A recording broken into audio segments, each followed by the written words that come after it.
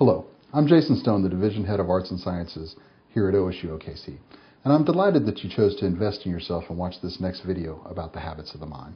The habit of the mind that we're going to be discussing today is metacognition. That may be a word that you're not familiar with. Metacognition is thinking about your thinking.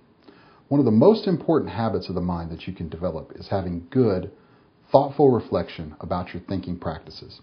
Educational research shows that people who have high levels of metacognition and healthy metacognition are much more successful learners and perform better in their classes than people who have poor metacognition. You have to ask yourself and determine what your thought process is. Metacognition helps you to think about a problem or a task and to be more productive.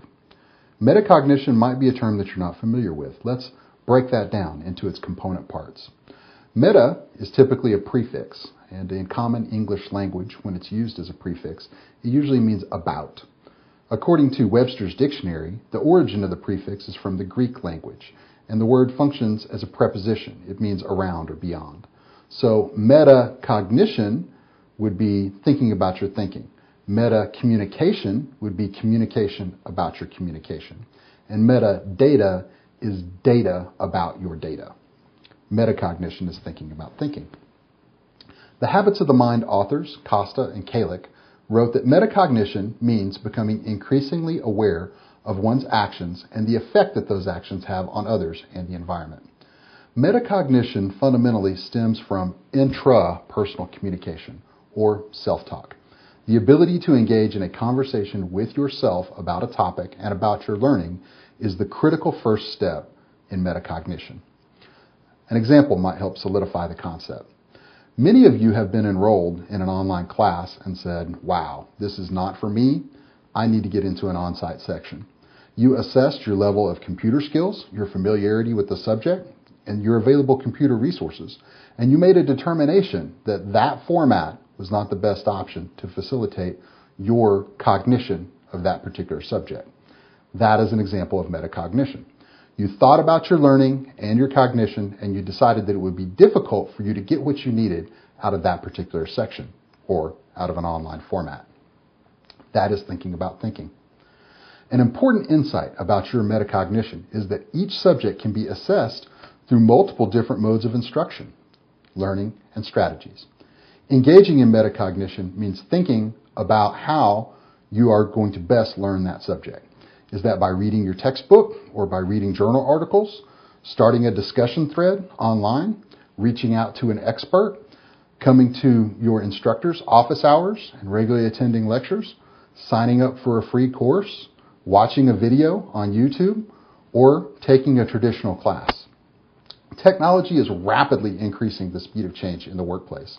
And as this trend intensifies, you are going to increasingly be asked to either learn from those around you, to learn from those who are far away from you in an online environment, or to actually roll up your sleeves and train yourself. You have to be responsible for your own learning. And fundamentally being able to think about that in an articulate way is what metacognition is all about. So possessing a strong habit of the mind of good metacognition will help you adapt and overcome and be successful when rapid change happens in your organization. You can put some of what you've learned about the habits of the mind to immediate use. Some of you have been engaging in harmful, self-defeating metacognition or cognition. You won't be aware of this and be able to fix it until you actually engage in some thinking about thinking. Constantly programming yourself to be afraid of a subject or afraid of particular flavors of assignments is a harmful mental habit. Nobody likes to think that he or she is bad at a particular topic. Some of you are required to take classes in subjects that you may not have had very much success in the past. Can you really, however, say that you've put all of your effort into being a better reader, writer, or a better person at math? Did you really apply yourself in the subject that you did poorly in? A very talented friend and colleague of mine recently shared with me that she has had some success helping students to reframe some of their metacognition, in particular some of the harmful, destructive self-talk that some students engage in. It may not be that you're bad at math. You just may not have very much experience trying your hardest in that particular subject. By reflecting on those mental processes, you can program yourself to be a more confident and productive student in those classes which you may be dreading. The key to changing your attitude about that thing and to change how you look at it is to engage in some metacognition and reframe that harmful cognition into neutral or positive cognition. The entire year-long focus of the habits of the mind is an invitation for our students and our faculty to engage in metacognition. Remember, our stakeholders, some of the largest and most influential employers in the metro area, have asked us to help you develop better mental habits. Reflecting on your current mental habits and trying to change those habits is an example of metacognition. And our entire discussion of the habits of the mind flows forth from metacognition.